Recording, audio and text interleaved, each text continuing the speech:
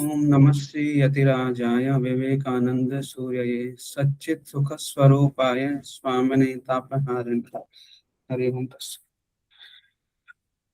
जितने भी लोग हैं यहाँ पे, शायद कहीं लोगों ने कहीं to here face some network issue. Barnali नहीं सुन पा रही है मुझे, और लोग सुन पा रहे हैं? हेमंत सर, ये सारे लोगों को बर्नाली तुम दोबारा ज्वाइन कर सकती हो। तो क्योंकि ये थोड़ी इंटरेक्टिव सेशन भी रहने वाला है, तो मैं चाहूंगा कि लोग कोशिश करें वो कैमरा खोलें और हम थोड़ी बात भी करें। आप सब, कुछ लोगों में से कई लोग टॉपिक से रूबरू होंगे। टॉपिक का नाम है सोशल साइकोलॉजी इन क्लासरूम। मैं थोड़ी सी पीपीटी लगा चला देता हूँ अपनी। ओके,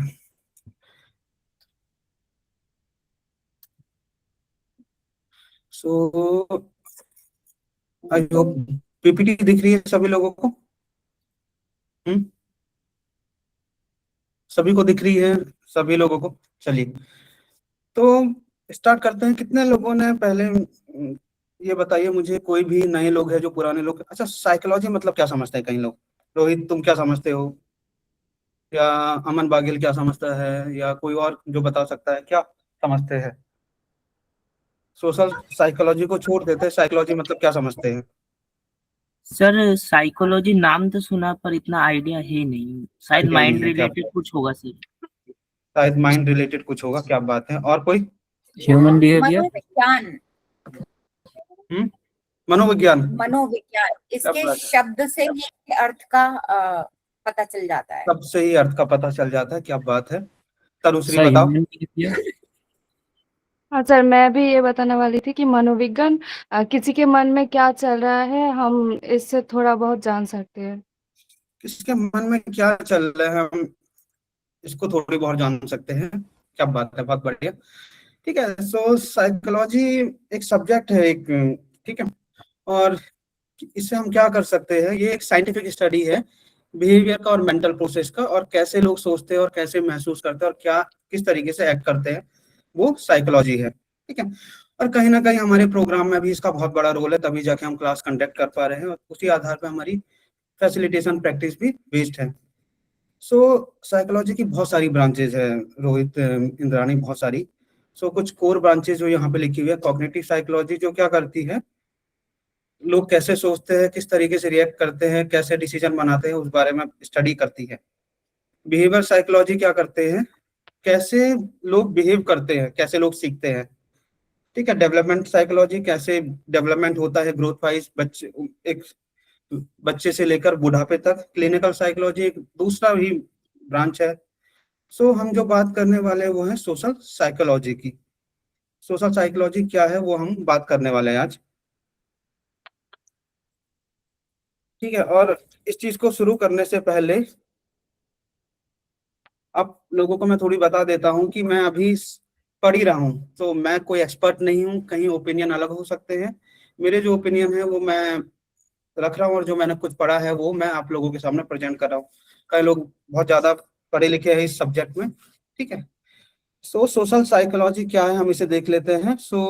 अमन, तुम इसे स्लाइड को देख पा रहे हो? अमन बागिल, एक बार पढ़ोगे और एक्सप्लेन करोगे इसे, क्या है ये? जी जी जी। Social psychology. Social psychology is the branch of psychology that examines how people are shaped by the presence, behavior, and expectation of others. The field of connect individual mental process with a broader social dynamic influencing research in education, politics, marketing, relationships, and organizational behavior. ये क्या बात है, बहुत बढ़िया। ठीक है, explain तुम करोगे या कोई और करना चाहेगा जो इसे समझ पाया है अभी तक, क्या लिखा हुआ है ये? कोई और? रोहित, तुम्हें समझ आया क्या लिखा हुआ है ये, या क्या है सोशल साइकोलॉजी? सर, जितना मैं समझ पाया कि सोशल साइकोलॉजी एक ब्रांच ही है जो साइकोलॉजी की है, जहाँ पे लोगों को हम देखते हैं जैसे कि उनका बात करने का तरीका हो सकता है या फिर एक्सपेक्टेशन जो दूसरों से होता है, मे बी वो पॉलिटिकल, एजुकेशन या फिर रिलेशनशिप के थ्रू से भी हो सकता है। ठीक है, बहुत बढ़िया। सो ये एक साइकोलॉजी की ब्रांच है जहाँ पे हम देखते हैं कि लोग कैसे बिहेव करते हैं, किस तरीके से लोग एक दूसरे के साथ व्यवहार करते हैं और कैसे समाज में लोगों के साथ वो इंटरेक्ट करते हैं, सोशल इंटरेक्ट करते हैं। ठीक है, ये हम अलग अलग एरियाज में से भरनी, यस भरनी बताइए। Sir, if I understood correctly, आप प्लीज मुझे करेक्ट कीजिए। I will correct you, don't worry. So social psychology matlab how one individual's thoughts or feelings or emotions are influenced by other people, बिल्कुल correct? या Yes. मैं अलग से समझ रही हूँ क्या? यही सोशल साइकोलॉजी है। यस बिल्कुल, या ठीक है। सो जो भरनी ने कहा, जो लिखा हुआ है, ये दोनों ही एक जैसा है, इसलिए इस पर हम ज्यादा चर्चा नहीं करेंगे क्यों ये ऐसा है। ठीक है, बट अब क्लासरूम में कैसे हमें मदद कर सकती है, इससे पहले हम कुछ चीजों को, थोड़ी सी टर्मिनोलॉजी को जानेंगे। यहाँ पे सोशल साइकोलॉजी में कई लोगों ने इन टर्मिनोलॉजी को सुना भी होगा या कॉन्सेप्ट को सुना भी होगा। नहीं सुना है तो जिन लोगों के लिए नए हैं वो नोट कर सकते हैं, और जिन्होंने सुना है वो इसे। कितने लोगों ने कन्फर्मिटी सुना है? कितने लोगों ने? तपन सर ने सुना है, यस। भरनी ने भी सुना है, ओके। सो अमन बागिल ने सुना है, ठीक है। अच्छा तपन सर, आप ही बताइए क्या होता है कन्फर्मिटी, क्या मतलब है इसका, या इसको इसके अलावा या जो यहाँ पे लिखा है? अक्सर हम जब बातों बातों में बोलते हैं ना प्लीज कंफर्म, वो रूट वर्ड वही कॉन्फर्मेशन से ही आ रहा है कि मेरी समझ और आपकी समझ मेल खा रही कि नहीं। तो ये कॉन्फर्मिटी मेल खाने से मतलब है, हम एक दूसरे की सोच विचार से और हरकतों से थोड़ा सा एक दूसरे को एडजस्ट करने का ट्राई करते हैं, कंफर्म करने का कोशिश करते हैं। बिल्कुल। और कोई बताएगा क्या होता है कन्फर्मिटी का मतलब? कन्फर्मिटी मतलब मेरा एक बिहेवियर ओपिनियन अलग अलग है, लेकिन जब मैं ग्रुप में कुछ काम करती हूँ है, उसी टाइम किसी का एक्सपेक्टेशन के साथ सारे सोचो कि 90% का एक्सपेक्टेशन ऐसे होता है कि ऐसे होना चाहिए, लेकिन मेरा चिंता अलग था, लेकिन उसको मैच करने के लिए कोई टाइम मेरा बिहेवियर ओपिनियन वो चेंज हो जाता है, चेंज करना पड़ता है, वही है कन्फर्मिटी। ठीक है। सो सुचिरा मैम और तपन सर ने कहा कन्फर्मिटी को बहुत आसान तरीके से समझे तो वो ये ऐसा है कि आपने देखा है ना, कभी कभार हम आसपास के लोगों को देखकर अपना बिहेवियर बदलते हैं, तब हम ये नहीं देखते हैं कि वो सही है या गलत है। जैसे ग्रुप में जो चल रहा है ना, उस आधार पे हम अपने आप को बदल देते हैं, भले हमें पता है वो सही है या गलत है, पर हम उसे करते हैं। तो क्या इस तरीके का कन्फर्मिटी वाला कॉन्सेप्ट क्या हमारी क्लासरूम में भी चलता है? कभी देखा है रोहित तुमने क्लासरूम में कन्फर्मिटी को होते हुए, जब तुम अपनी अडॉप्टेड स्कूल की क्लास करवाते हो, या किसी और ने देखा है? हाँ सर, जब रेस्पॉन्स लेते हैं, जैसे कि जब उनको लगता है कि वो आंसर रॉन्ग है, तो जब दूसरे स्टूडेंट्स अभी सेम आंसर देते हैं और वो दूसरा आंसर देते हैं, तो वो भी फट से चेंज कर लेते हैं। तो कभी ऐसा हुआ है क्लासरूम में सभी लोग थम्स अप देना, कि सपोज इन केस आपने कुछ पूछा बच्चों को, कहीं बच्चे आगे से हाथ खड़ा करते हैं, तो धीरे धीरे पीछे के और बच्चे भी हाथ खड़ा करते हैं, भले उन्होंने सुना है या नहीं सुना है। और साथ में कभी आपने ये ट्राई किया कि आपने पीछे के बच्चे से पूछा और उसे पता ही नहीं सवाल क्या था? एक्चुअली इसे पीयर प्रेशर भी बोल सकते हैं। या अभी आएगा मैडम, वो आगे आएगा पीयर वो प्रेशर। सबने हाथ उठाया, वो देखा कि मैं क्यों अकेला, तो वो भी हाथ उठा लेते हैं। ठीक है, तो कन्फर्मिटी क्लास में हम लोग अक्सर देखते हैं। ठीक है, अब क्या हेमंत सर, क्या नुकसान होते हैं कन्फर्मिटी के क्लास में? मतलब क्या नुकसान हो सकता है जब हम कन्फर्मिटी को देखते हैं क्लास में? कुछ नुकसान होता है इसका? हाँ सर, इसमें जैसा कि अभी आपने एग्जांपल दिया कि बच्चे को नहीं आता फिर भी उसने हाथ खड़ा कर दिया, तो जब हम पूछते हैं उससे, फिर वो एकदम वो सोचता है अरे मेरे से पूछ लिया, अब मैं क्या कहूँ, मतलब उसको अपने ऊपर भी डाउट जैसा हो जाता है कि मैंने क्यों हाथ खड़ा किया है। ठीक है, तो हमें डाउट हो जाता है कि हमने, बच्चे को पता नहीं चल पाता है। ठीक है, नो ओरिजिनल थॉट्स, हमें ओरिजिनल थॉट्स भी पता नहीं चल पाते कि क्या बच्चों ने सच में सुना है।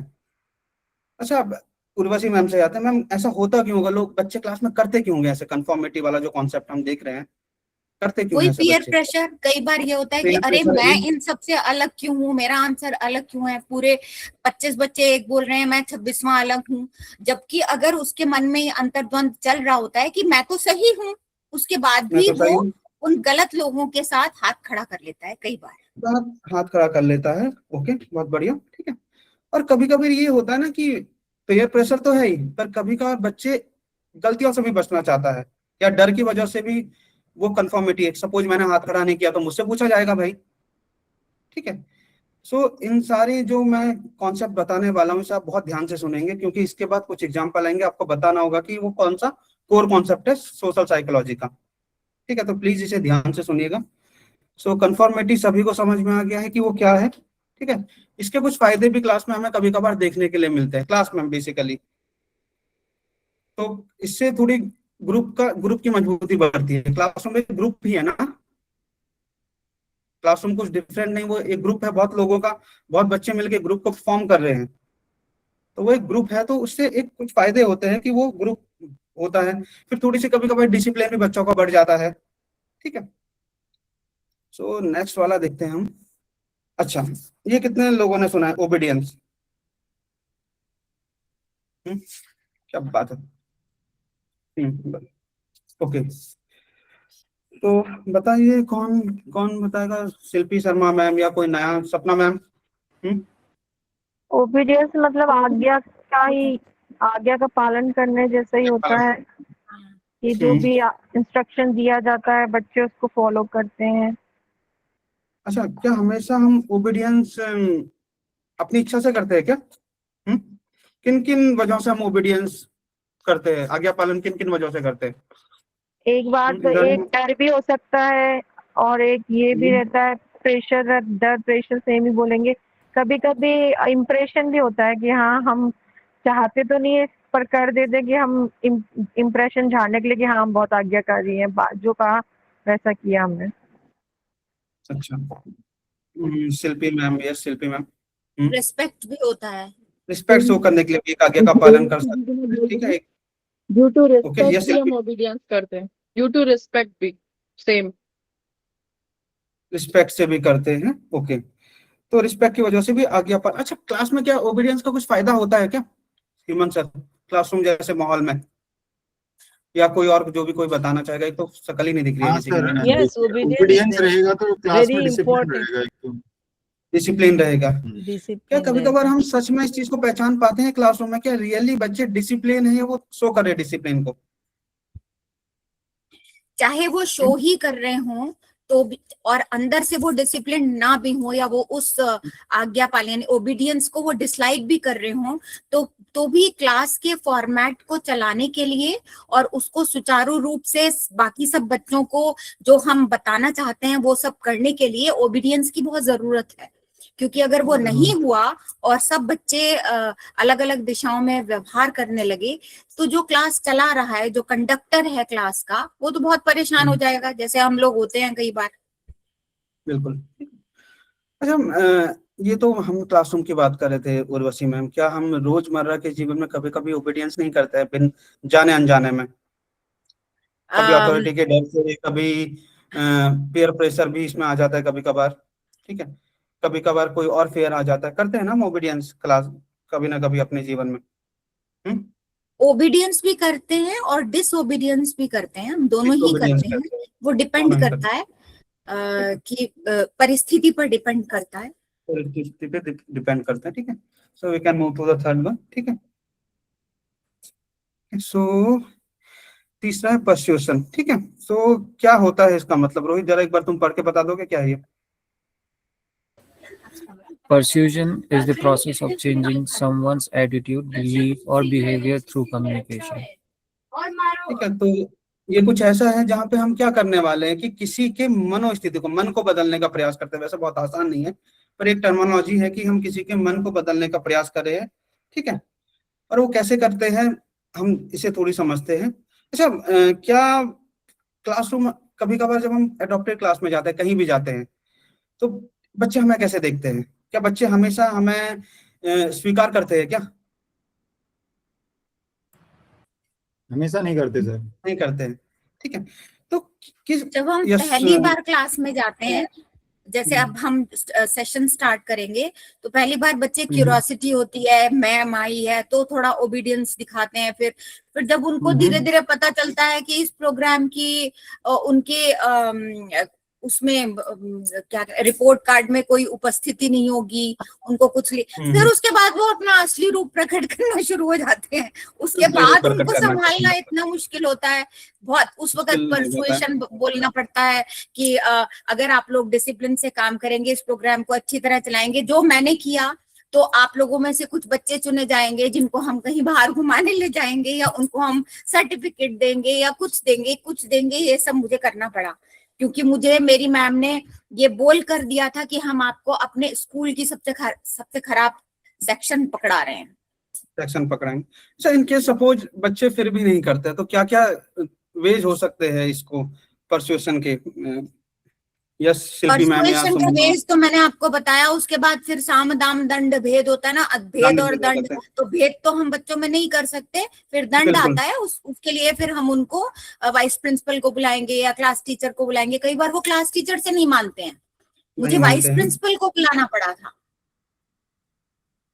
अच्छा, ये तो मैम ये साम दान भेद है, बट फिर भी मैं अगर हम इसे स्मूथ तरीके से करना है तो कैसे किया जाएगा क्लास में? फिर क्या इसके कोई स्मूथ आसान नहीं कहूंगा, ये अंत तरीके से जाने से बेहतर कोई और भी तरीके है क्या?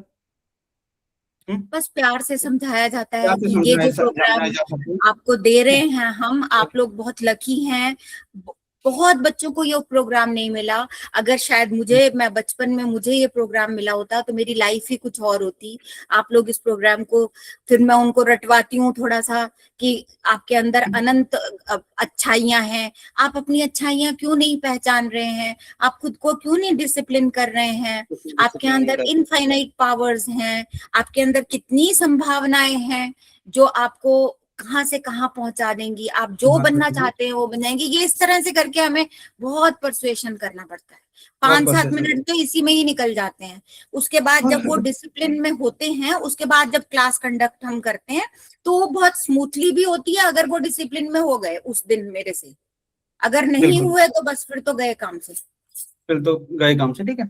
तो ये केवल कभी क्लासरूम में नहीं, कभी कभार हमें प्रिंसिपल के साथ भी करना होता है ना, when we are going to a school where the principal is not agree with our idea, so we try in a different way ना, हम अलग अलग तरीके से ट्राई करते हैं। तो ये और कभी कभार हमें अपनी बात भी मनवानी पड़ती है ऑफिस में ना, ऑफिस हो या वो हो। तो केवल क्लासरूम का टर्मिनोलॉजी नहीं है, ये हम अपने निजी जीवन में भी अलग अलग तरीके से करते हैं। तो इवन जो हमारे टीचर्स हैं जिनको ये प्रोग्राम डेजिग्नेट किया गया है और वो नहीं करते हैं, उनको भी इस प्रोग्राम के लिए परसुएड करना पड़ता है कि ये आपके जीवन को कितना बदलने वाला है जब आप इन बच्चों को ये प्रोग्राम कराएंगे। और बताना पड़ता है कि देखिए मेरे जीवन को इस प्रोग्राम ने कितना बदला, आप करके देखिए सर, आप 5 क्लासेस करके देखिए, अगर आपको कुछ असर ना हो तो फिर आप मुझे बोलिएगा कि मैम ये तो प्रोग्राम आपका मुझ पर असर नहीं कर रहा है। इस तरह से करके बहुत ही कोशिशें करनी पड़ती है। चलिए ठीक है। सो अब ग्रुप डायनेमिक्स को देखते हैं। ठीक है, ग्रुप डायनेमिक्स क्या होता है मैम, एक बार आप देख लेंगे सुमन्ना मैम? मैं रीड करूं? हाँ आप रीड करो। यस। अच्छा, group dynamics refers to how people behave and interact within a group. मैं मीनिंग बताऊं या फिर और कोई बताएगा? बता दीजिए। क्या चाहते हो? आप ही बता दीजिए। ओके, तो ग्रुप डायनेमिक्स यहाँ पे जो लिखा हुआ है, इससे हमको ये समझ में आ रहा है कि लोगों का जनरल बिहेवियर से टोटल ग्रुप में उसका इंटरेक्शन का क्या इफेक्ट होता है, वो वाला सारा चीज। दैट मीन्स अगर हम स्कूल लेवल पे ले जाके इसको बोले तो हम देखते हैं कि हमारे जनरली क्लासेस में सभी को ऐसा ही, एडॉप्टेड स्कूल में ऐसा ही मिला है। It's a mixed class. कुछ बच्चे इंटरेस्टेड होते हैं, कुछ बच्चे they do not feel that interested. तो वो थोड़ा सा ग्रुप डायनेमिक्स को चेंज भी करता है। और जो उर्वशी मैम अब तक बोल रहे थे कि वो सारे चीजें हम धीरे धीरे प्रैक्टिस करते करते, तो I can tell about my classes. That is, मैंने उनके साथ वो चिल्ड्रंस डे में उनके साथ टॉफी डिस्ट्रीब्यूट करना, टीचर्स डे पे उसके साथ आप कुछ करके हमको बताओ या सुनाओ, ये करके तो ये इन सब में ना बच्चों का थोड़ा सा मैंने देखा उनका इंटरेस्ट थोड़ा सा इस पे लगाव रहता है. And the finally that I मतलब that I appreciate most, that is इस साल जब मैं गई और जो बच्चे अभी 8th में गए उन्होंने जब मुझे देखा, उन्होंने फर्स्ट पूछा आप हमारे भी क्लास लोगे क्या? मैंने बोला नहीं आपका नहीं. ए हे हमारे क्लास में क्यों नहीं आओगे? तो that I got that is the basic point, at least that I earned. ये मुझे लगा and I was so happy and dilated. At least उन्होंने ये पूछा क्या आप हमारे क्लास में भी आओगे, तो ये मुझे अच्छा लगा था. तो ये ग्रुप डायनामिक्स में वो पहले मिक्स था लेकिन अच्छा लगा फिर बाद. मेरा स्कूल में यही हुआ, मैं बोला है आऊंगी एक्ट लेकर. सो ये एक बहुत बड़ा फैक्टर है ग्रुप डायनेमिक्स क्लासरूम्स के उससे. सो अब एक चीज मुझे आप लोग बता दीजिए, जिन लोगों ने अभी तक नहीं कहा, किन किन क्या क्या चीजें इंपॉर्टेंट होती है ग्रुप डायनेमिक्स के लिए, किन किन चीजों की आवश्यकता होती है ग्रुप डायनेमिक्स के लिए. मेरी आवाज नहीं आ रही है, आपको दिख लेना. सुचिरा मैम.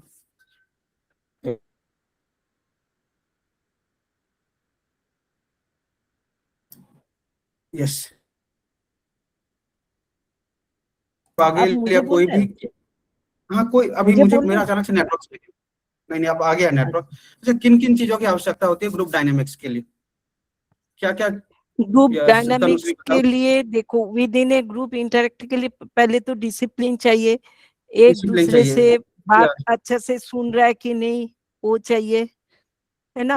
इंटरेक्शन, सबका बात सुनना पड़ेगा और जो कुछ भी बोल रहा है उसको एक्सेप्ट करना, एक्सेप्टेंस भी चाहिए, है ना. ऑपरेशन चाहिए, टीम बॉन्डिंग चाहिए, कम्युनिकेशन और ठीक है. अच्छा, कभी कभार सुचिरा मैम, जब भी हम किसी ग्रुप में काम करते हैं, वेदर सपोज अभी आप लोग समर कैंप के लिए काम करने वाले हैं, तो ये भी एक सॉर्ट ऑफ ग्रुप डायनेमिक्स ही है. ठीक है, ठीक है. सो कभी कभार क्या हमारे बीच में मतभेद हो जाते ग्रुप डायनेमिक्स में, जब हम किसी ग्रुप में काम करते हैं, साझा कोई काम करते हैं. सपोज मैं इस चीज पे एग्री नहीं हूँ, वो दूसरी चीज पे एग्री है, कोई बताएगा? नहीं, देखो सबसे पहले है अच्छा से काम करने के लिए सबका जो आइडिया है वो ले लेते हैं. ठीक है, सबका आइडिया देखकर जो अच्छे है वही हम लोग चूज करते हैं. एक्चुअली हम लोग देखो बड़े हो गए तो थोड़ा बहुत वो लड़ाई झगड़ा नहीं होता है, सब लड़ाई झगड़ा नहीं कर लेते हैं. लेकिन बच्चे में हो सकता है कि कोई ग्रुप वर्क में मतभेद होता है ना. ग्रुप डायनेमिक्स में सबसे बड़ी जरूरत है, मेरे ख्याल से सबसे बड़ी जरूरत है कि सभी लोगों को शामिल किया जाए. इसके लिए सबसे बड़ी जरूरत है कोई भी अपने आप को लेफ्ट आउट फील ना करे, लेफ्ट आउट ना फील करे. ओपन कम्युनिकेशन होना जरूरी है. यस. सपोज एक मेंबर नहीं तो सभी मेंबरों ने आपस में चर्चा करके कोई किसी चीज पे एग्री हो गई, ये भी नहीं चलेगा. ठीक है, ठीक है. सो क्लास में क्या ग्रुप डायनेमिक्स बच्चों की मदद करता है? कभी आपने ट्राई किया इस तरीके का कोई प्रोजेक्ट? एक्ट को छोड़ दीजिए, अपनी एफसीपी क्लास की बात करिए. कभी ट्राई किया ऐसा कुछ? I tried in a class in a FCP adopted class, but you ever try? किसी ने किया है ट्राई इस तरीके से कि बच्चों को कुछ ग्रुप? इस बार मैं ट्राई करने का कोशिश किया दिस टाइम.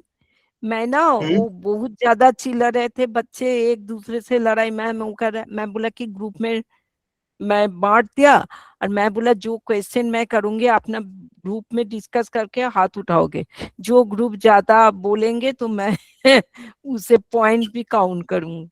बिल्कुल, चलिए ठीक है. सो कुछ अच्छा, क्या क्वालिटी मतलब क्या क्वालिटी आती है जब ग्रुप डायनेमिक्स में बच्चे काम करते हैं? क्या क्या चीजें उनके अंदर आती है धीरे धीरे? यस सपना मैडम बताइए. सबसे पहले बोल भी रहे नहीं बोल रहे हैं. टीम वर्क बताया किसी ने. यस, और साथ ही साथ यहाँ पर सहयोग की भावना ज्यादा रहती है, हेल्पफुल रह जाता है. और ना फिर ये रहता है ध्यान से सुनते भी है वो लोग, ध्यान से सुनते हैं क्योंकि उनको कि हमें और नया पॉइंट भी निकालना है अपने ग्रुप से. ओके. यस इंद्राणी मंडल, कोऑर्डिनेशन भी बढ़ता है. बहुत बढ़िया. हाँ, सर मैं हारमोनी की बात कर रही थी कि हारमोनी, टीम हारमोनी भी बढ़ती है. और जैसे हमारे प्रोग्राम में एक्सपेंडिंग माई सेल्फ को और ज्यादा विस्तार करते गए। Okay, healthy competition, healthy competition भी होता है। ओके, साथ में एक जो बहुत इंपॉर्टेंट है वो हम बहुत बार मॉड्यूल्स में देखते हैं, बच्चों की लीडरशिप क्वालिटी भी बढ़ सकती है मे बी ना। ठीक, यस, ठीक, आगे बढ़ते हैं। ठीक, अब ये बहुत जरूरी है जब भी हम क्लासरूम में जाते हैं, हमारे लिए नहीं, हम जब भी कुछ भी करते हैं तब भी हमें ये बहुत जरूरी है, सोशल परसेप्शन। ठीक है, सो अमन है या रवि है, कोई से पढ़ देगा सोशल परसेप्शन मतलब आप क्या समझ पा रहे हैं जो यहाँ पे लिखा हुआ है?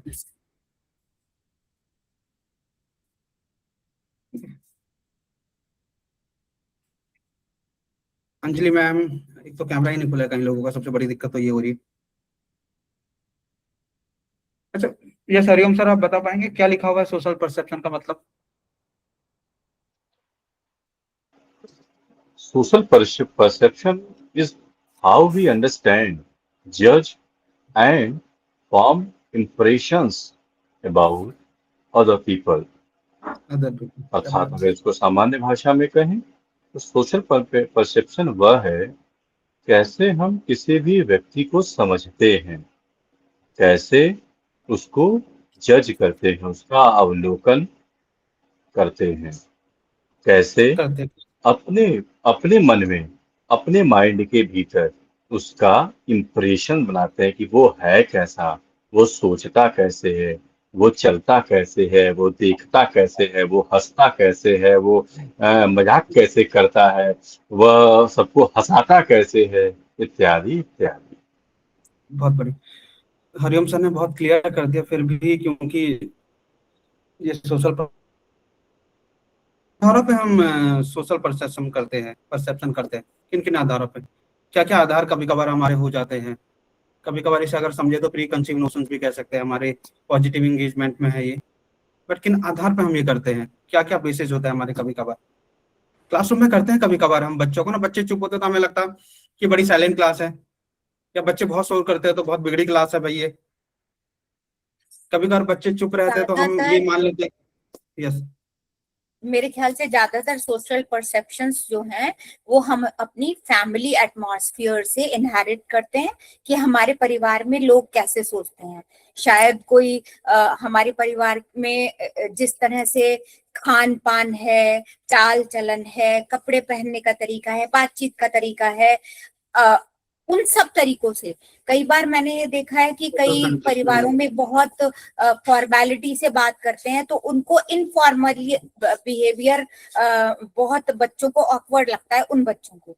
और कई परिवारों में हाँ, तो वो ज्यादातर चीजें वो इनहेरिट करते हैं अपने खुद के परिवार या एटमॉस्फेयर से। बच्चे उसी से उनके परसेप्शंस बनते हैं और उसी से वो सामने वाले को जज करते हैं कभी कभार। यस, बहुत बढ़िया, ठीक है, ओके। सो जो उर्वशी मैम ने किया, I hope we are completely agree with this. But कभी कभार ये होता है कि हम बच्चों को अपीयरेंस से भी जज करना शुरू कर देते हैं, सोशल परसेप्शन बना लेते हैं, बाहर से देख लेते हैं एक बार बाहरी तौर पे। और कभी कभार हम लोगों के बॉडी लैंग्वेज, अगर कोई थोड़ी हिल डुल के चल रहा है या वो सही ढंग से नहीं चल पा रहा तो हमारे अलग ही उनके लिए अवधारणाएं बन जाती है। बोलने के तरीके, हम बच्चों के बोलने के तरीके से, सपोज कोई बच्चा हाई पिच में बोलता है तो हमें लगता है कि मे बी वो थोड़ी सी क्या होगा उसमें, वो उसके अच्छे मैनर्स नहीं होंगे, या वो अच्छे से चीजों को समझता नहीं होगा, या वो थोड़ी सी शरारती होगा, ठीक है। और कभी कभार ये होता है कि सपोज हमें किसी क्लास में बहुत अलग सा एटमोसफियर मिला तो हमें लगता है कि ये क्लास भी ऐसी होगी, ठीक है। सो क्या सोशल परसेप्शन इस तरीके के प्रोग्राम में जो हम कर रहे हैं, क्या ये कारगर साबित होता है, ये या कहीं जो हम करना चाह रहे हैं उसको ये इन्फ्लुएंस करता है? शिल्पी मैम कह रही नहीं होता है कारगर, ठीक है। सो अब चलिए, सो आगे बढ़ते हैं। आई होप कि हम सभी लोगों ने मैं कुछ बताऊं यहाँ पे सोशल परसेप्शन इसमें। Yes ma'am, yes Sumana ma'am. हमारे कार्यक्रम में, हमारे क्लासेस में भी डिफरेंट डिफरेंट टाइप्स के बच्चे होते हैं। कुछ वो फर्स्ट बेंचर्स, कुछ सेकंड बेंचर्स, कुछ लास्ट बेंचर्स। तो अकॉर्डिंगली कुछ ना कुछ इफेक्ट तो सबका ही, रिपल इफेक्ट इधर उधर होता ही है, क्योंकि बच्चे पूरा वूजिंग आउट विथ दैट जिसको बोलते हैं एकदम बबली होते हैं, उनमें भर भर के एनर्जी भरा होता है, उसको कैसे क्या करे, कुछ ना कुछ उनको चाहिए होता है। वो हाथ पैर हिलाना भी उनका कुछ ना कुछ हैबिट ही हो जाता है, कुछ ना कुछ कर रहे हैं, इसको धक्का, उसको पुश, उसको कुछ कर रहे हैं। लेकिन सोशल परसेप्शन में जो मुझे लगता है कि एटलीस्ट कुछ बच्चे भी अगर सुन रहे हैं तो उनका एग्जाम्पल हम पीछे वाले को दे सकते हैं, और पीछे वाले को थोड़ा आगे ले आके बिठाना या फिर थोड़ा सामने रखना, ये करके थोड़ा सा डिस्कनेक्ट करवा सकते हैं जिनके साथ वो अब तक जुड़े हुए ज्यादा ही सोशली परसेप्शन एक्सचेंज कर रहे थे, उनसे थोड़ा सा हटा सकते हैं। ये थोड़ा सा काम कर सकते हैं, हाँ, कर सकते हैं, गुड इफेक्ट लाने के लिए, गुड इफेक्ट लेके आने के लिए। ठीक है, सो हम देखते हैं कि हम अपने क्लासरूम को कितना समझ पाए अभी तक। ठीक है, तो अभी तक हमने ये 4-5 कोर आइडिया डिस्कस किए। आई होप कि सब लोगों को टर्मिनोलॉजी पता चल गई होगी, और हमने जो डिस्कस किया वो भी हम लोग एग्री होंगे कि क्या है। ठीक है, सो पहला वाला ये है। ठीक है, तो कौन सा कॉन्सेप्ट है सोशल साइकोलॉजी का, ये आप लोग बताइएगा। अंजलि मैम, इसे पढ़ लेंगे आप? Yes, sure. When most student in the class stand up to greet the teacher, one student who was sitting also stands up because everyone else is doing it. कौन सा कॉन्सेप्ट है ये सोशल साइकोलॉजी का? ये जो हमने बात करी थी ना, ओबीडिएंट वाली। ओके, बहुत बढ़िया। हेमंत सर? सर मुझे कन्फर्मिटी लग रहा है। कन्फर्मिटी, कहीं कभार आपने देखा है यहाँ पे, आप तो बचपन क्लास में रहे हैं ना, कभी कभार हम पीछे बैठते, मैं तो पीछे बैठता था, मुझे नहीं पता कितने लोग यहाँ पे पीछे बैठते थे। ठीक है, सो टीचर क्लास में आया और हमारी 60 बच्चों की क्लास थी, मैंने सारे बच्चों को उड़ते हुए देखा और मैं भी उड़ गया, मुझे नहीं पता क्यों उठ रहे। तो कहीं ना कहीं ये कन्फर्मिटी का एग्जाम्पल है। ठीक है, दूसरा वाला अमन या कोई इंद्राणी तुम पढ़ो। The class stops talking when the teacher says keep silent. Obedience. Obedience. Obedience, क्या बात है, वेरी परफेक्ट। ओके, रवि ये तीसरा वाला। Yes, sir. A teacher explains the benefit to teamwork and student begin cooperating better. कौन सा वाला है? लास्ट टीम वर्क का group dynamics. Group dynamics. Group dynamics यहाँ पे किस चीज के बेनिफिट्स के बारे में टीचर बताने वाला है, बताया है बच्चों को? टीम वर्क, टीम वर्क के बारे में बताया है। यस इंद्राणी? परसुएशन, ये भी हो सकता है। ठीक है, वो तो सारे ही सकते हैं, ओबीडियंस भी हो सकता है क्योंकि टीचर ने कहा है भाई। Okay, this one? नहीं, ओबीडियंस इसलिए नहीं होगा इसमें क्योंकि ओबीडियंस में आपको कुछ कहा जाता है तो आप दिमाग बंद करके उसको फॉलो करते हो। यहाँ पर टीचर उनको बेनिफिट्स बता रहा है, तब बच्चे बेटर कोऑपरेट कर रहे हैं, उसमें उन्होंने सोचा इन बेनिफिट्स के बारे में। बिल्कुल ठीक है। उर्वशी मैम, आप ये चौथा वाला बता दीजिए। A group of friends studies together before exams and helps each other understand topics. कौन सा वाला मैडम? ये group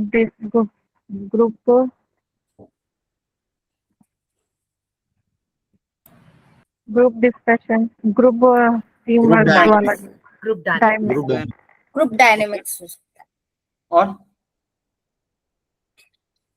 social dynamics.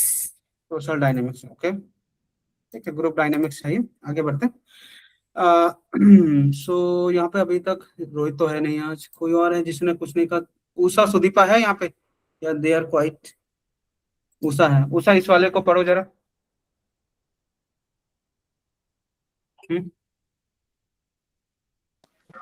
Yes, sir. When most students in the class stand up to greet the teacher. नहीं, last वाला पढ़ना है, Last one. Sorry. Classmates think a student is hard work because they always submit assignments on time. कौन सा है ये, कौन सा कॉन्सेप्ट है ये सोशल साइकोलॉजी का? अभी मैं रियल लाइफ एग्जांपल बताऊंगा फिर उसका आपको। परसेप्शन। क्या बात है, थैंक यू सुचेरा मैम। सो मुझे लगा कि सभी लोग सुन रहे हैं क्लास में, एक सोशल परसेप्शन मैंने भी रख लिया कि जो मैंने बताया वो सभी ने सुना, पर मैंने एग्जांपल देखा कि सच में ऐसा हुआ नहीं। ठीक है, चलिए ये लास्ट वाले का क्या था? क्लासमेट थिंक अ स्टूडेंट, इसका क्या बताया था आपने? Classmate thinks student is hard working because they are always submit assignment on the time. वो हमेशा टाइम पे असाइनमेंट सबमिट करते हैं, सो इस वजह से लोगों क्लासमेट्स को लगता है कि ये बच्चा हार्ड वर्किंग है। ठीक है, लास्ट वाला शिल्पी मैम। लेकिन ऐसा भी तो हो सकता है वो किसी से भाई दादा दीदी किसी से करवा के फिर फटाफट सबमिट कर दिया। ये भी तभी तो मैं बोल रहा हूँ सोशल परसेप्शन। हाँ, फिर भी मैं बोलूंगी ही इज डिसिप्लिन कि टाइमली वो सबमिट किया, that is one of the thing. किसी से करवाया दैट इज अनदर थिंग। तो मेरे कभी टाइम मिले तो मैं पर्सनल एक्सपीरियंस शेयर कर दूंगी तुमसे भी। हार्ड वर्किंग नहीं हो सकते, जरूरी नहीं कि हार्ड वर्किंग वो कुछ और भी है। ठीक है, या शिल्पी मैम। वाला तो पीयर प्रेशर हो गया या सोशल एक्सेप्टेंस, सोशल एक्सेप्टेंस होगी। Students wear similar hair style और school accessories to fit in with friends. कौन सा हो गया मैडम? मेरा लग रहा है group dynamics. Group dynamics, okay. और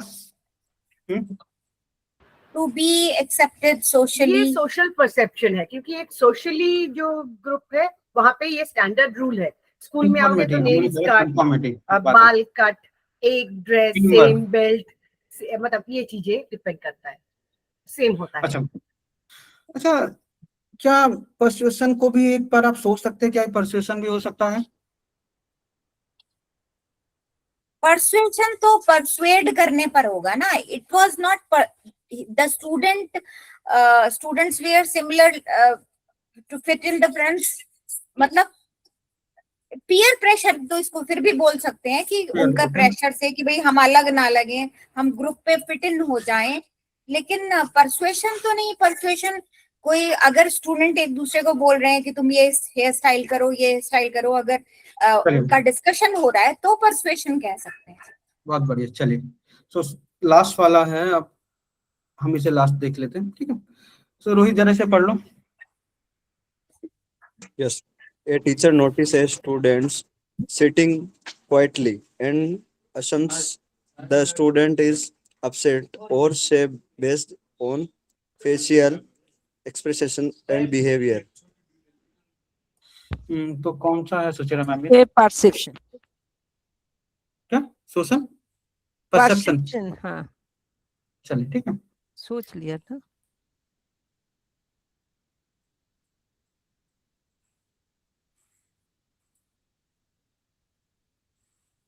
सौरभ आप म्यूट हो गए। जो भी कथा मैंने आपके सामने कही है, वो जो भी कहानी अभी तक हम कह रहे हैं, जो भी कॉन्सेप्ट ऐसे नहीं कि किसी ने दे दिए हैं, ये प्रूवन कॉन्सेप्ट है। ठीक है, तो एक स्टोरी है, इनके बारे में बताने से पहले मैं आपको बता देता हूँ। तो सोशल साइकोलॉजी एक्सपेरिमेंट है, एक कंफर्मिटी का एक्सपेरिमेंट जिसकी अभी हमने बात की ना। ठीक है, सो ये स्टोरी है सोलमन एस की, जो क्या करते हैं कि ये बचपन में बहुत छोटे रहते हैं। छोटे जब बचपन में थे ये, तो ये क्या करते हैं, एक इनके घर में एक पार्टी होती है, तो इनकी ग्रैंड मदर इनको एक वाइन देती है। ठीक है, वाइन का ग्लास देती है और कहती है कि ये हमने गॉड के लिए रखा हुआ है, और ये कहते कि तुम इसे देखो और देखते रहो। तो भाई ये क्या करते हैं, ये उसे देखते रहते हैं कई दिनों तक, और वो थोड़ी सी कम हो जाती है। और उसके परिवार वाले उन्हें सबको यही बताते हैं कि भाई गॉड को चढ़ाए हैं, गॉड को चढ़ा रहे हैं। और क्या होता है कि थोड़ी सी वाइन कम हो जाती है, तो इन्हें लगता है कि शायद भगवान के लिए सच में हम चढ़ा रहे हैं ये लोग। ठीक है, क्योंकि वो इतनी से कम हो गए हैं, और उन्होंने मान लिया। पर जैसे जैसे बड़े होते रहे, ठीक है, तो ये एक अमेरिकन साइकोलॉजिस्ट थे, ठीक है, जिन्होंने रिसर्च की इस चीज पे कि कैसे कंफर्मिटी और ग्रुप इन्फ्लुएंस होता है, ठीक है, और इस वजह से ये बहुत ज्यादा फेमस भी हुए। तो इनका एक एक्सपेरिमेंट मैं आपको बता देता हूँ, ये कंफर्मिटी एक्सपेरिमेंट है, ठीक है। सो क्या करते हैं ये 1950s में एक्सपेरिमेंट उन्होंने किया, ठीक है। अब ये दो यहाँ पे आप फिगर में देख रहे हैं, एक लाइन सीधी खींच देते हैं और 3 लाइनों को सही, किसी को एक सही लंबी, किसी को छोटी, किसी को बड़ी खींच देते हैं, ठीक है। अब एक ग्रुप को भेजते हैं जिनमें से कहीं लोग उनके ही सेट किए हुए लोग थे कि यही लोग हैं जो कहेंगे। सो क्या होता है कि बहुत बार इसे किया गया, पहले एक बार नहीं किया गया, 2 बार नहीं, 3-4 बार किया गया है, ठीक है। तो कहीं कभार क्या था, पहली बार में लोग सपोज जो सबसे छोटी लाइन थी उसको सिमिलर मान लेते हैं जो उन्होंने प्लान किए थे लोग, ठीक है। तो वहीं ऑब्जर्व हुआ कि लोग अब सब एक दूसरे को देख रहे हैं, ठीक है, उन लोगों को देख रहे हैं जिन लोगों ने कहा है कि ये लाइन सही है, बल्कि वो सही लाइन नहीं थी। दोबारा ये ट्राई किया गया, फिर उन्होंने दूसरी लाइन को सही कहा, फिर तीसरी लाइन को सही कहा, ठीक है। सो इससे ये पता चला कि क्या होता है कि अक्सर ग्रुप में जो लोग होते हैं, ग्रुप में काम करते हैं, इनके साथ एक कंफर्मिटी के तरीके से चलते हैं, और ये कभी भी सपोज आपको पता है कि ये सही है, पर असल में क्या होता है कि ज्यादातर केसेस में लोग एक दूसरे से इन्फ्लुएंस हो जाते हैं, ये जानते भी कि ये सही है। क्लासरूम में भी बच्चे करते हैं और हम भी करते हैं, कभी ना कभी हम भी इसे करते हैं। तो मैक्सिमम केसेस में देखा गया कि जो रॉन्ग आंसर है उसे सही कहा गया, ये जानते हैं कि वो सही नहीं है क्योंकि क्लास में, क्योंकि और लोगों ने कहा है, ठीक है। तो ये एक एक्सपेरिमेंट था जो सोशल साइकोलॉजी में है, ठीक है। वैसे स्टैनली मिलग्रिम का एक एक्सपेरिमेंट है, ठीक है, तो इसे भी देख लेते हैं, आपको बड़ा अच्छा लगेगा ये, ठीक है, ओके, ठीक है।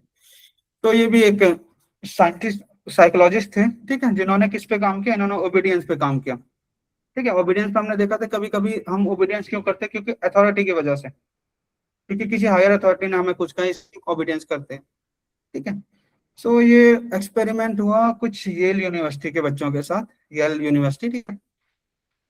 सो क्या हुआ कि कुछ लोगों को रखा गया, उनको कहा गया कि भाई, एक आदमी रखा गया और कहा गया उसे कि क्या होगा, किसी बड़े आदमी ने कहा कि अभी होगा ऐसा कि सपोज अगर कोई गलत आंसर देगा तो उसे शॉक दिया जाएगा, और हर एक गलत आंसर के उस पर क्या किया जाएगा, शॉक की इंटेंसिटी को बढ़ाया जाएगा।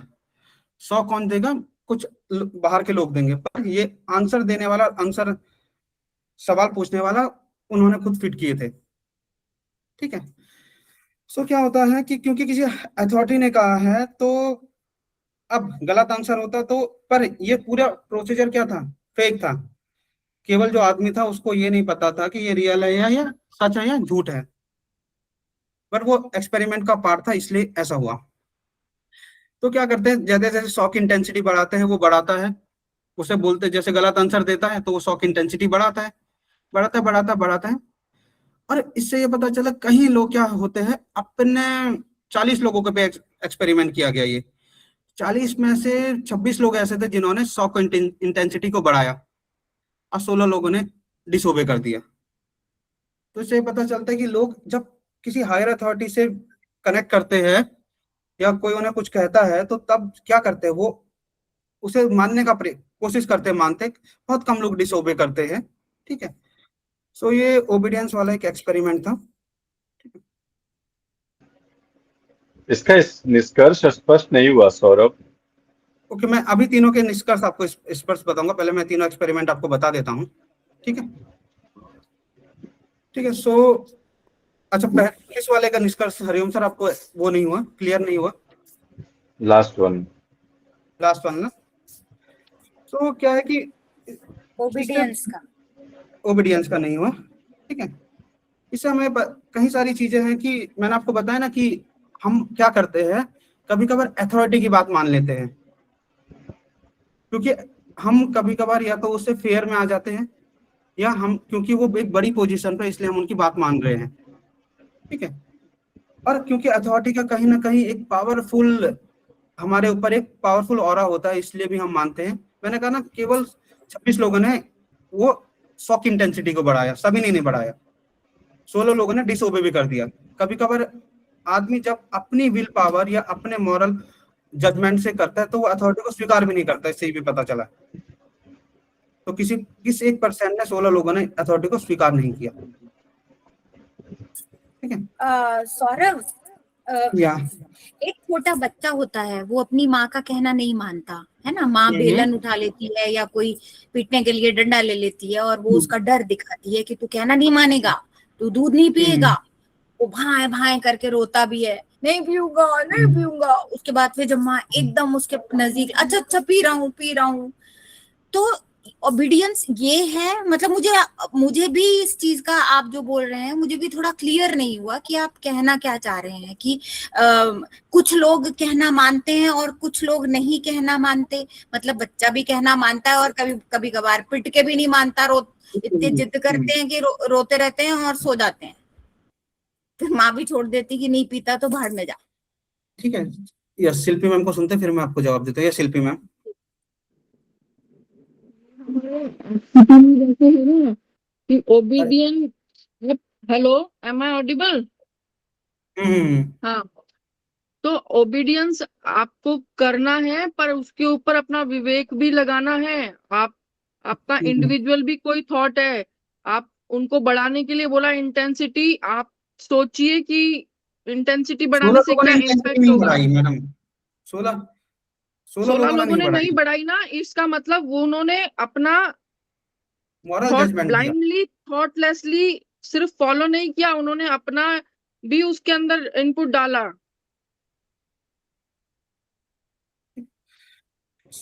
इसे तो विवेक कहेंगे ना, विवेक की कैटेगरी में जा रहा है।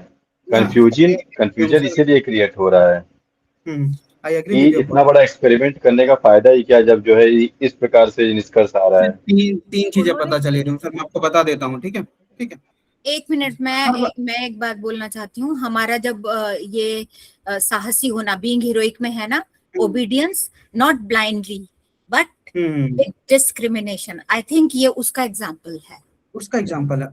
और मैंने आपको 3 इसके निष्कर्ष 3 फाइंडिंग्स बताई है। पहली फाइंडिंग ये है कि हम कभी कभार ओबे इसलिए करते हैं क्योंकि एक अथॉरिटी का हमारे ऊपर बहुत बड़ा इम्पैक्ट होता है, कभी कभार ऐसा करते हैं। ठीक है, बट कभी कभार अथॉरिटी इसलिए भी स्वीकार नहीं करते क्योंकि मॉरल जजमेंट भी सामने आ जाता है। और कभी कभार ओबीडियंस इसलिए भी नहीं करते क्योंकि लोगों के पर्सनल वैल्यूज भी आ जाते हैं। तो ये एक्सपेरिमेंट ये चीज बताता है, ये नहीं कि हम ओबे करते ही है, ये नहीं बता रहा है एक्सपेरिमेंट की 3 फाइंडिंग्स है। Yes Shilpi ma'am. ये भी एक सोशल परसेप्शन और कंडीशनिंग ही है कि ओबीडियंट शब्द को हम हमेशा आइडियली पॉजिटिव लेते हैं, मतलब इट्स आइडियल फॉर्म में लेते हैं कि ओबीडियंट तो होना ही चाहिए, मतलब ओबीडियंट होना एक अच्छा चीज है, अच्छी बात है। इसका हम दूसरा पक्ष को इग्नोर कर देते हैं। ये सोशल हमारा एक कंडीशनिंग ही है कि वी शुड ओबीडियंट, है ना। यही तो हम सुनते हैं बचपन से, हमें बस अनुपालना करनी है, बड़ों की बात आज्ञा माननी है। लेकिन समटाइम्स हम लोग इच्छा नहीं रहने से भी अथॉरिटी को माने बोलने से मानते हैं ना, वही वो बोलना चाहता है, वही वो उसका बोलने का उद्देश्य यही है। फॉलो किया, कुछ हार्मफुल, उन्हें पता नहीं था कि उसका हार्मफुल इफेक्ट होने वाला है, उन्हें पता था हार्मफुल इफेक्ट होने वाला, बट हुआ नहीं। फिर भी उन्होंने 26 लोगों ने अथॉरिटी को फॉलो किया। तो इससे पता चलता कहीं लोग मानते, कहीं लोग नहीं मानते, कहीं लोग मॉरल जजमेंट के आधार पे नहीं मानते। ठीक है, तो लास्ट है, एक इम्पोर्टेंट है थोड़ी सी, हम लोग कभी कभार इस चीज में खो जाते हैं। फिलिप जिम्बार्डो है, ठीक है, उन्होंने सोशल रोल्स पे एक एक्सपेरिमेंट किया। एक सोशल साइकोलॉजिस्ट है, स्टैनफोर्ड यूनिवर्सिटी के बच्चों के साथ इन्होंने कुछ किया। तो ये एक्सपेरिमेंट बहुत फेमस हुआ है, 1971 का है, स्टैनफोर्ड प्रिजन एक्सपेरिमेंट। ठीक है, तो इन्होंने क्या किया, एक नकली जेल बनाई। ठीक है, और नकली जेल में नकली कैदी भी रखे, सब कुछ एक सेटअप किया, इन्वायरमेंट बनाया कि ये जेल का इन्वायरमेंट है, ये कैदी है। उन कैदियों को वैसे ही पकड़वाया जैसे सच में कैदी पकड़े जाते हैं, उनसे सारे काम वैसे ही करवाए। ठीक है, जैसे करते, खाना खिलाया, या उनका जो सुपरवाइजर था उसको उन्होंने रूल्स और रेगुलेशन को फॉलो किया। ठीक है, तो क्या हुआ कि धीरे धीरे क्या हुआ कि जो सुपरवाइजर था, जो जेलर था, वो एग्रेसिव हो गया। पर वो जेलर नहीं था, पर वो एग्रेसिव हो गया क्योंकि वो उस रोल में आ गया था। ठीक है, साथ में वो थोड़ी अथॉरिटी में भी आ गया। पर जो प्रिजनर थे थोड़ी सी उनका बिहेवियर ये हो गया कि वो थोड़ी टेंस रहने लगे, स्ट्रेस रहने लगे। ठीक है, सो जो फाइंडिंग मिली जिम्बाब्वे को, वो फाइंडिंग ये मिली कि कभी कभार क्या होता है कि सोशल रोल, सामाजिक जो रोल होता है हमारे सोशल रोल, जैसे जेलर का रोल था, असल में वो जेलर का रोल तो था बट उसके पीछे पर्सन भी था। तो आदमी जब कभी सोशल रोल में बनता है तो वो रियल पर्सनैलिटी को भी छोड़ देता है। Yes Urvashi ma'am.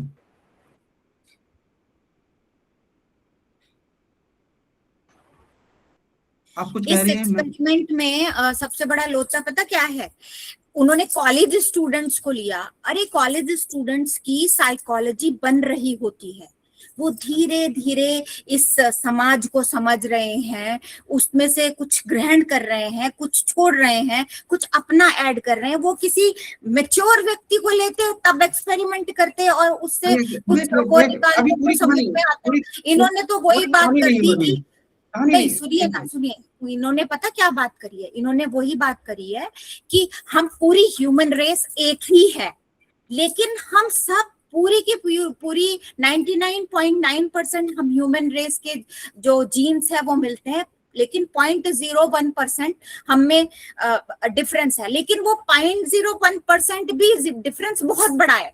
उसी की वजह से यूरोपियन किसी मेडिसिन को अलग तरह से रिएक्ट करते हैं, हिंदुस्तानी और अफ्रीकन और एशियन और गल्फ वाले अलग तरह से रिएक्ट करते हैं। लेकिन एक मिनट लेट मी कंप्लीट। लेकिन इन्होंने क्या किया, इन्होंने एक ही सब चीज का अलग अलग जगह पे, अलग अलग इंसान पे, अलग अलग ये पे अलग अलग होता है, लेकिन इन्होंने जो लिया और उस पे से जो निकाला वो यहाँ पे दिया गया, दैट इज इट। मतलब ऐसा उन्होंने नहीं बोला कि सारे कॉलेज स्टूडेंट्स को, अगर मतलब हमारे गाजियाबाद में आके कुछ कॉलेज स्टूडेंट्स को अगर रख लेंगे तो ऐसा ही होगा, हो सकता है नहीं होगा। वहां पे ऐसा उन्होंने देखा था, दैट इज इट। उनका जो सैंपल साइज था, तुम्हारी बात ठीक है, लेकिन जब सिद्धांत बनाया उन्होंने तो ये सिद्धांत तो स्वीकार्य नहीं होगा ना, क्योंकि ये किसी के लिए स्वीकार्य है, किसी के लिए नहीं है, क्योंकि इन्होंने एज ग्रुप ऐसा चुना है। ठीक है, सौरभ को कंप्लीट करने थैंक यू देते so much Shilpi ma'am, let's Saurabh will complete now, wait a minute. ठीक है, चलिए देखिए, मैंने पहले कहा कि I am not expert and may be ये लोग भी एक्सपर्ट्स हैं। ठीक है, these are the psychologist, renowned psychologist. ठीक है, सो वो उनकी मर्जी थी वो किस पे करना चाहिए। कई लोगों ने चूहों पे भी किया एक्सपेरिमेंट, ठीक है, कई लोगों ने किसी चीज पे एक्सपेरिमेंट, अलग अलग चीजों पे किए जाते हैं। तो जो फाइंडिंग्स थी उन पे हम डिस्कस करेंगे। फाइंडिंग ये रही कि कभी कभार क्या होता है कि सोशल जो रोल होते हैं वो बहुत जरूरी, मतलब वो पर्सनैलिटी से ज्यादा इंपॉर्टेंस हो जाते हैं। सपोज क्या होता है, कभी कभार ना आप देखेंगे लोगों को कि आप किसी को कोई रोल देते हैं, वो अपनी ओरिजिनलिटी भूल जाता है, उस रोल में बन जाता है और उस रोल के हिसाब से एक्ट करना शुरू कर देता है। ऐसा होता है कभी ना कभी ना। ठीक है, दूसरा है कि तो वैसे ही करते हैं, अपना खुद जो है वो छोड़ के। अब धुरंधर में रणवीर सिंह ने वो धुरंधर ही बन गया था ना, तभी तो इतना मजा आया मूवी देख के। अब कभी कभार सिचुएशंस भी क्या होती है, लोगों को इन्फ्लुएंस कर लेती है उनकी पर्सनैलिटी से ज्यादा। मानते हैं आप ना?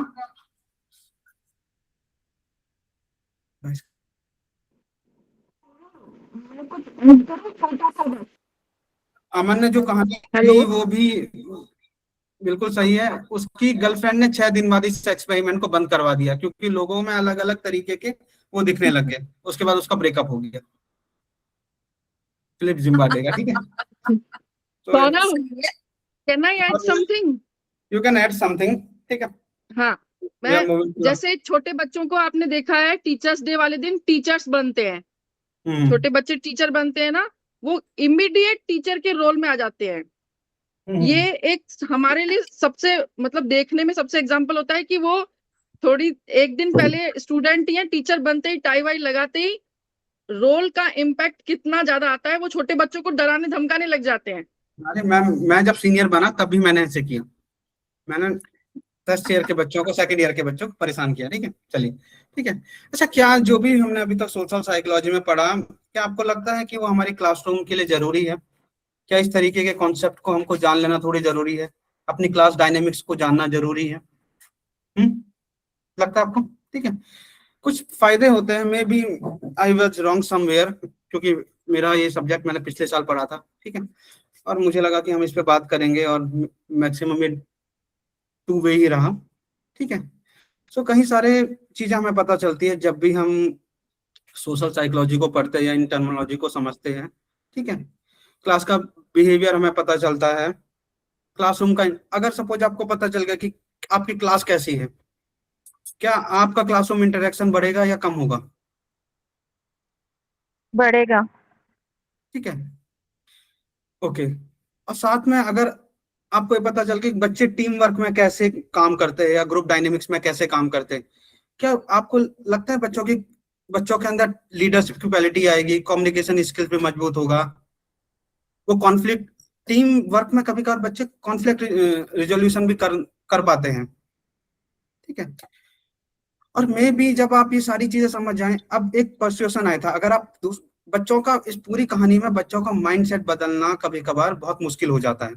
अगर हम ये समझ पाए कि कैसे हम बच्चों का माइंडसेट बदल पाए, तो क्या बच्चों क्लासरूम में बच्चों में डिसिप्लिन आप देख पाएंगे, ठीक है। सो कहीं ना कहीं इस तरीके से सोशल साइकोलॉजी हमारे लिए मदद करती है क्लासरूम में, और केवल क्लासरूम में नहीं, आप ऑफिसेज में भी देखते हैं कि हम कभी कभार ग्रुप डायनेमिक्स में बहुत अलग अलग तरीके से करते हैं। हम लोगों के, नए लोगों में कभी कभार ये होता है ना, कभी कोई आदमी बहुत स्लिंग रहता है, पतला रहता है, वो थोड़ी बोल नहीं पाता है तो हमें लगता है कि यार he is coming from some that kind of background, and ये हम एक स्टीरियोटाइप बन जाते हैं, ठीक है। सो इन सारी चीजों से परे जाके समाज में मिलजुल कर रहना और एक दूसरे को अपने से इन्फ्लुएंस करना, कहीं ना कहीं हमें ये सोशल साइकोलॉजी मदद करता है, ठीक है। So I am concluding here, may be I was wrong somewhere, but मैंने ट्राई किया कि मैं थोड़ी सी कंप्लीट करूं, ठीक है। मैं बहुत एक्सपर्ट नहीं हूँ सब्जेक्ट में। और बहुत बढ़िया सौरभ, जो भी अच्छा। हाँ, एक्चुअली सौरभ, आपने जो डिस्कशन चलाया ना वो बहुत सुंदर था। और हाँ। दूसरी बात ये कि ये जो आपकी लास्ट स्लाइड थी ना, और उसमें आपने जो भी कंक्लूजन्स बोले, मैं उन सबको स्वीकार करती हूँ, लेकिन उसके साथ साथ मैं एक बात और बोलना चाहूंगी कि हम सब लोग, जो हम लोग क्लास में जाते हैं या हम सोशली एक दूसरे से मिलते हैं, एक दूसरे से इंटरेक्ट करते हैं, काम करते हैं साथ साथ, उस वक्त ये सब चीजें हमारे माइंड में नहीं रहती। उस वक्त ये चीजें, हाँ, ये चीजें हम ये जो आपने जितना भी आज का कराया है, जब कोई एक एक्स्ट्रा ऑर्डिनरीली कंफ्लिक्टिंग कोई सिचुएशन होती है, उस वक्त ये चीजें बहुत काम आएंगी। अदरवाइज तो जो हम बिहेवियर इतने सालों से अपने अंदर एम्बाइब कर चुके हैं, उसी से ही, उस बिहेवियर के थ्रू ही हम अपना सोशल इंजीनियरिंग करते हैं। मेरे को उर्वशी मैम, आपने जो बताया उसमें एक पॉइंट ऐड करूंगा जी। देखिए, आप सब यहाँ पे कोई लोग 10 साल से हैं, कोई 15 साल से है, कोई 5 साल से है, कोई 4 साल से है, और हम लोगों ने जो महत्वपूर्ण चीज सीखी एज ए फैसिलिटेटर, हमारा व्यवहार कैसा होना चाहिए, वो जो 4 पॉइंट हैं फैसिलिटेटर के, एक्चुअली अपने आप में एक साइकोलॉजिस्ट बनाते हैं हमें। और जब एज ए रिसोर्स पर्सन या एज ए पर्सन अपनी जिंदगी में उन 4 बिंदुओं को, क्योंकि हर व्यक्ति का अपना एक संबंध है, किसी की पत्नी है तो किसी के पति हैं, माता पिता जो नियरेस्ट उनके सबसे करीबी रहते हैं, ठीक है। जब इन फैसिलिटेटर पॉइंट्स को, इन फैसिलिटेटिंग जो प्रैक्टिसेस हैं, इनको उनके साथ व्यवहार में लाते हैं, उनसे आशा किए बिना स्वयं में पहले अभ्यास करते चले जाते हैं, तो धीरे धीरे वो बिंदु, वो वैल्यूज हम में एसिमुलेट होती चली जाती है, फिर याद नहीं करना पड़ता। वैसे ही ये सभी साइकोलॉजिकल पॉइंट्स हैं। ऐसे ही स्वामी जी नहीं कहते हैं कि पूरी लाइब्रेरी पढ़ के कोई फायदा नहीं हुआ अगर अपने हम मन को नहीं पढ़े। अगर मुझे दोबारा मौका मिला तो पहले मैं मन को पढ़ूंगा, मन को समझने का प्रयास करूंगा। अर्थात हम चाहे कितने भी इंफॉर्मेशन माइंड में भर लें, लेकिन अगर अपने माइंड को नहीं समझते हैं क्या मन में चल रहा है, यहाँ पे इसलिए सौरभ की बातें बहुत अच्छी हैं जो आज सौरभ ने लेके आई हैं। इस तरह से बीच बीच में आना बहुत आवश्यक है, क्योंकि स्वामी जी हमेशा कहे हैं कि जो बातें किसी से सीख करके हम बेहतर अपने लाइफ में ऐड ऑन कर सकते हैं, बिना विरोध किए पहले उसको स्वीकार करो, समझो पहले। जो हम लोग देखते भी हैं श्रद्धा वाले सेक्शन में, पहले समझो उसको, फिर धीरे धीरे अगर हमारे लिए एक्सेप्टेबल होगी असिमिलेट कर लेंगे, नहीं एक्सेप्टेबल होगी तो हम उसको जो है रिस्पेक्ट करके ठीक है वो आपका है, आपके आपको शोभा देती है। तो देखिए इसलिए मैं ये बात बोलने आया क्योंकि ये साइकोलॉजी की क्लास थी और हम तुरंत एज ए ह्यूमन माइंड हम नए विचार को, नए थॉट को नए तरीके से सोचने से मना कर देते हैं और इसी का नतीजा होता है कि कॉन्फ्लिक्ट बाहर हो ना हो हमारे मन में शुरू हो जाता है और न जाने कितने दिन कितने महीने हमारा व्यवहार, हमारा उनसे इंटरेक्शन सब कुछ ऐसा लगता है कि अपोजिट हो गया जब जो कुछ पहले अच्छा था।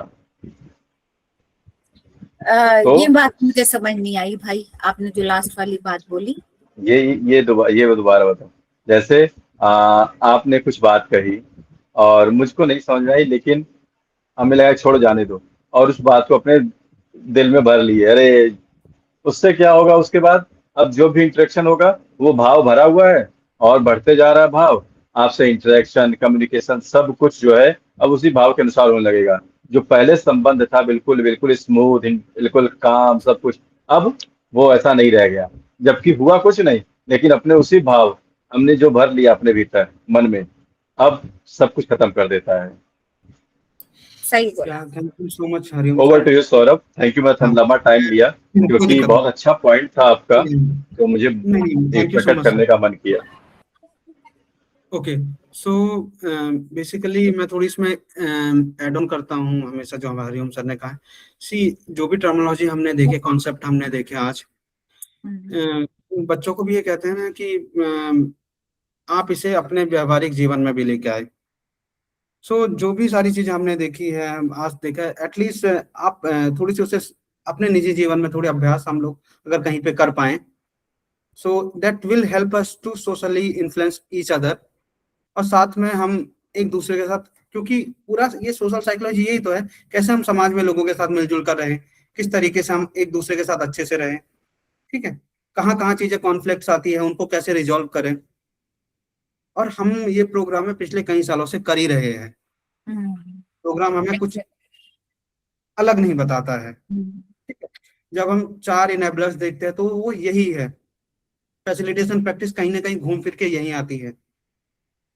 कहते हैं ना कि हम पूरा घूम फिर के एक ही जगह आते हैं, ठीक है। सो जहां पे भी कहीं हो सकता है मेरे कुछ पॉइंट्स थोड़ी सी गलत होंगे या कुछ होगा, may B I will try to correct them.